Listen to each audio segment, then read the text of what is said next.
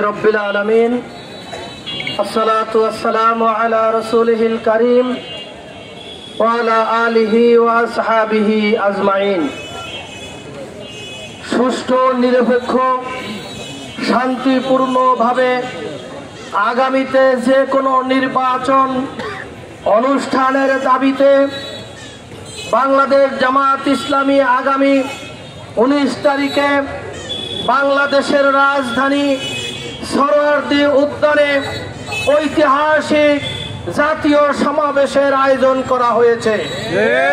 এই সমাবেশকে বাস্তবায়নের জন্য ঢাকা জেলায় বিভিন্ন জায়গায় আমরা সাধারণ জনগণকে আহ্বান করছি, আসুন জাতীয় সমাবেশ বাস্তবায়নের মধ্য দিয়ে জামাত ইসলামীদের 7টি দাবি নিয়ে এই সমাবেশের আয়োজন করেছে। এই দাবি হলো বাংলাদেশের দেশপ্রেমিক মানুষের জন্য, এই দাবি হলো বাংলাদেশের শান্তিপ্রিয় মানুষের জন্য। এই দাবি আদায়ের জন্য 19 তারিখে রাজধানীতে সরোয়ার্দী উদ্যানে ব্যাপকভাবে উপস্থিত করার জন্য দেশবাসীকে আমরা আহ্বান করছি।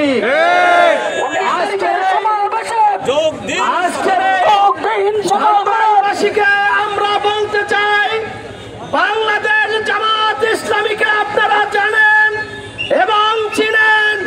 জামাত ইসলামী বাংলাদেশ এই পর্যন্ত দেশের জন্য যত ভূমিকা রেখেছে প্রত্যেকটি ভূমিকা মানুষের কল্যাণের জন্য।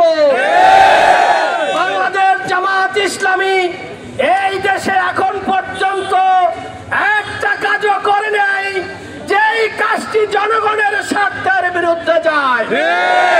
সম্মানিত ধামরাইবাসী, আপনারা জানেন বাংলাদেশ জামাত ইসলামীর 2 জন মন্ত্রী ছিল যারা 3টি মন্ত্রণালয় পরিচালনা করেছেন।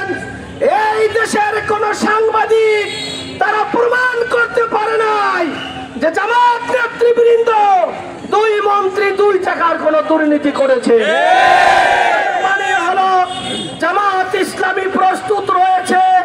এই দেশের জনগণ যদি জামাত ইসলামীকে শাসন ক্ষমতায় সুযোগ দেয়, জামাত ইসলামীদের স্বপ্ন দেখছে একটি কল্যাণমূলক ইনসাফপূর্ণ বাংলাদেশ জামাত ইসলামী কায়েম করবে। আমরা বড়ই অশান্তির মধ্যে রয়েছি। আমরা এই বাংলাদেশে যারা বারবার ক্ষমতায় এসেছে এই জনগণকে শুধু দুর্নীতি, রাজধানী, জুলুম, অত্যাচার, নির্যাতন তারা করেছে। এজন্য এই পরিস্থিতি বাংলাদেশে হোক, এটা এই দেশের জনগণ চায় না। আপনারা কি চান? আমরা এই বাংলাদেশে যারা জন্মগ্রহণ করেছি, সে মুসলমান হোক, হিন্দু হোক, বৌদ্ধ হোক, খ্রিস্টান হোক, আমরা সকলে বাংলাদেশের নাগরিক।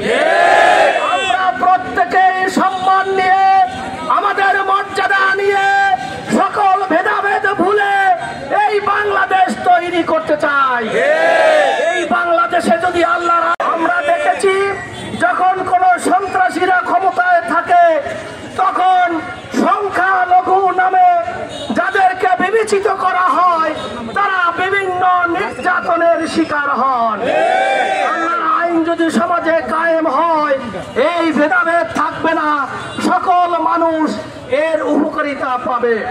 এই জন্য আসুন আগামী 19 তারিখে জামাত ইসলামী যে ঐতিহাসিক জাতীয় সমাবেশের আয়োজন করেছে, আমরা বিশ্বাস করি এই জাতীয় সমাবেশ ঐতিহাসিক সমাবেশে পরিণত হবে এবং আমরা সেখানে যে দাবিগুলো তুলেছি সেই দাবিগুলো এদেশের জনগণের জন্য, এই দেশের জন্য, সেই দাবিগুলো পূরণের স্বার্থে সকলকে আগামী 19 তারিখে সরোয়ার্দী উদ্যানে সকলকে উপস্থিত হয়ে জাতীয় সমাবেশ সফল করার আহ্বান রেখে আজকের আপনারা যারা এই কর্মসূচিতে অংশগ্রহণ করেছেন সকলকে ধন্যবাদ মোবারকবাদ জানিয়ে আমি আমার বক্তব্য এখানে শেষ করছি।